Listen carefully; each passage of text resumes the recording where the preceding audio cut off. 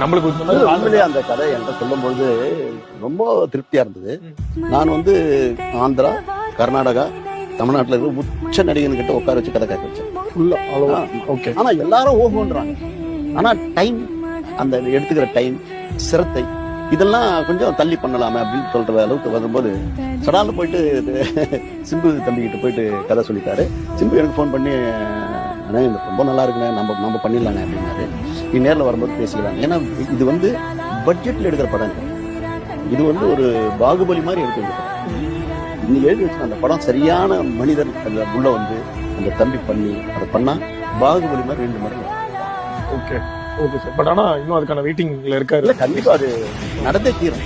அதான் நடுப்புற ஒரு படம் பண்ணுவான்னு நினைக்கிறேன், ஒரு சின்ன படம். அதுக்கப்புறம் திருப்பி இன்னொரு அடிச்சுட்டு அப்புறம் அதுக்கப்புறம் வந்துக்கலாம் ஒரு 2.2.